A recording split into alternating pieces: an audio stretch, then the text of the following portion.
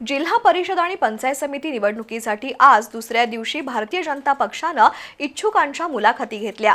खासदार धनंजय महाडिक यांच्यासह प्रमुख नेत्यांनी कोल्हापूर दक्षिण, करवीर, पन्हाळा, गगनबावडा मतदारसंघातील इच्छुकांची मतं आजमावून पाहिली। येत्या 3-4 दिवसात जिल्हा परिषद आणि पंचायत समिती निवडणुकीची घोषणा होण्याची शक्यता आहे।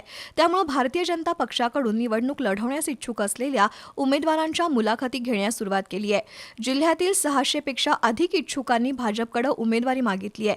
आज दुसऱ्या दिवशी कोल्हापूर दक्षिण, करवीर, पन्हाळा, गगनबावडा तालुक्यातील इच्छुकांच्या मुलाखती घेण्यात आल्या। खासदार धनंजय महाडिक, आमदार अमल महाडिक, भिकाजी जाधव, शिवाजी बुवा, महेश जाधव, नाथाजी पाटील यांनी या मुलाखती घेतल्या।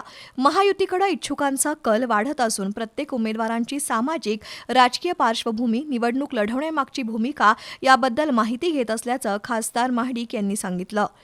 संपूर्ण जिल्ह्यातून 650 पेक्षा अधिक इच्छुकांनी उमेदवारी मागितली आहे, असं खासदार धनंजय महाडिक यांनी सांगितलं। आज मेघाराणी जाधव, कल्पना चौगले, एकनाथ शिंदे यांच्यासह 200 पेक्षा अधिक इच्छुकांनी मुलाखती दिल्या।